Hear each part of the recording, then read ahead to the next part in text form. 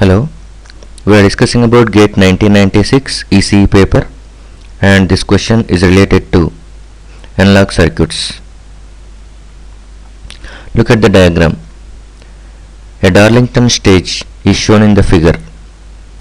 If the transconductance of Q1 is Gm1 and Q2 is Gm2, then the overall transconductance is A. Gm1, B. 0.5 Gm1, C. Gm2, D. 0.5 Gm2. You may think that the right answer for this question is D, okay, but this is not the right answer. The right answer for this question is C. Remember it. Okay, first we will see how can we think the answer is D, and why it is not correct also we'll discuss. Okay, and then we will find out the right answer by going through the small signal equivalent circuit. Okay, so generally what we are going with is Gm1 is nothing but transconductance of Q1, which is nothing but transconductance is output current divided by input voltage. For a transistor, okay, output current is nothing but IC here, and divided by input voltage is nothing but, for transistor it is VBE1. So this is VBE1 small signal voltage, and it is VBE2 minus plus. This is IC1, and it is current flowing through collector of Q2 is IC2. So Gm1 is equal to IC1 divided by VBE1, and Gm2 is equal to IC2 divided by VBE2, and overall transconductance is given as GMC, that is combined transconductance, is change in collector current ICC divided by change in entire voltage. It is given as from base of Q1 to till ground. So you can write it as, that is IC of combined divided by VBE of combined. So IC of combined is nothing but the same current which is flowing through collector of Q2. So you can write it as IC2 itself divided by VBE combined is nothing but, if you are looking at, this is combination of two base to emitter voltages. So VBE1 plus VBE2. So this will be equal to, okay, assume ideal transistors. You will assume in this way. Assume ideal transistors. Now ideal transistors will have ideal base to emitter voltage. You will think in this way, so that you are writing it as IC2 divided by 2 VBE. Okay, so this IC2 by VBE1 or 2 you can write, so I am writing it as 2. So by that time IC2 by VBE2 is nothing but Gm2 divided by 2, that is nothing but Gm combined is going to be equal to 0.5 times of Gm2. So this you may think it as right answer, but this is going to be not the right answer. Why? Okay, so the right answer, why it is not right answer is, this assumption whatever you are going with is itself is going to be wrong. The assumption we are going with, assume ideal transistors. Okay, whenever it is assume ideal transistors, the change in VBE, which is nothing but small VBE, cannot be same, because the base current is going to be, okay, base current is proportional to VBE. For a transistor to act as amplifier, emitter base junction must be forward bias and collector base junction must be reverse bias, because whenever it is in active region, then only it can act as amplifier. Active region means emitter base junction forward bias, collector base junction reverse bias. So emitter base junction is forward bias. In forward bias, a small change in VBE can get a large change in the base current. So IB is going to be more depends on VBE. For a small change you will get a large IB, and then IC is going to be directly proportional to IB. So you can write the equations. Strictly speaking, the equations are IB is equal to e power VBE by VT. It is approximately equal to I naught into e power VBE by VT, whereas IC is equal to beta times of IB. So these are the equations. Okay, so if you make VBE constant, if you make VBE constant, at that time there will be no base current, that is no small signal current is flows and no small signal collector current is going to be taking place. So this assumption itself is going to be completely wrong.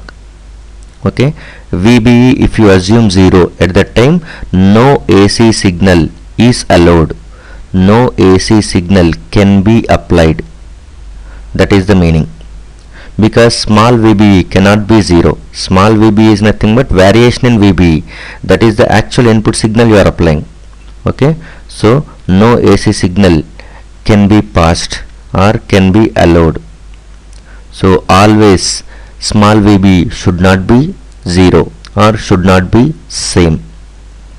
Okay, and one more thing, you may assume that one, if they are not constant, they may be of equal amount, but they cannot be of equal amount, because you are assuming that one transistor Q1 and Q2 identical. So that identical implies nothing but they may have equal impedance.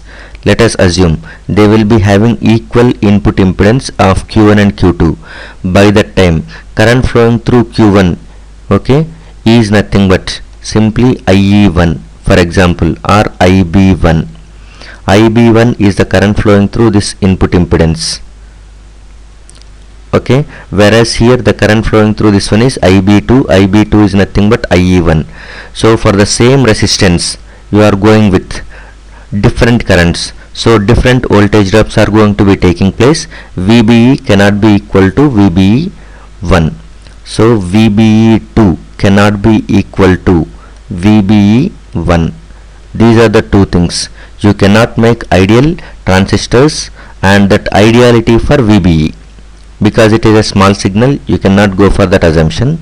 And second one, even if you think that they are ideal and they are having equal variations, even though if you think in that way, they don't have equal variations, because since they are ideal, they are having equal input impedance, but the current flowing through the equal resistances is different, so that voltage drop across Q1 and Q2 is going to be different. Voltage drop across Q2 is very large compared to voltage drop across Q1. Based on this one, now we are going to find out the right answer, which is C. Okay, now look at this one. This is what already we have seen. So this is VBE1 plus minus, and it is VBE2 plus minus. Now I am replacing this one with equivalent model of R parameter. Okay, so transistor Q1 can be replaced as, this is B1, base of Q1, collector of Q1, and it is emitter of Q1. So a transistor can be replaced in this way. This is E1 and it is B1, this is C1. Next, for this one, this is B2.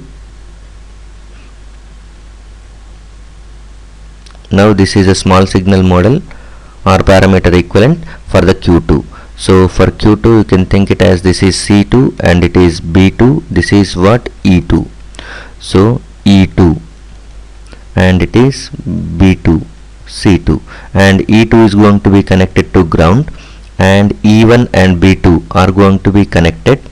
Okay, and the current coming from this one is nothing but IC2, or it is combined collector current ICC, and this is the voltage VBE combined. So this is what the VBE combined from base 1 towards ground. Okay, and this is R pi, this is also R pi, and it is beta times of IB1, this is beta times of IB2. Beta times of IB2 can be written as, beta times of IB2 can be written as beta times of IB2. The current coming from this one is nothing but IE1. So beta times of IE1, that is nothing but beta into, okay, 1 plus beta times of IB1. So from this one, VBE1 is nothing but voltage drop across base to emitter, that is simply it is IB times of R pi, whereas VBE2 is equal to voltage drop across R pi. Voltage drop across R pi is nothing but here IB2 into R pi. IB2 is nothing but IE1. IB2 is equal to IE1 into R pi.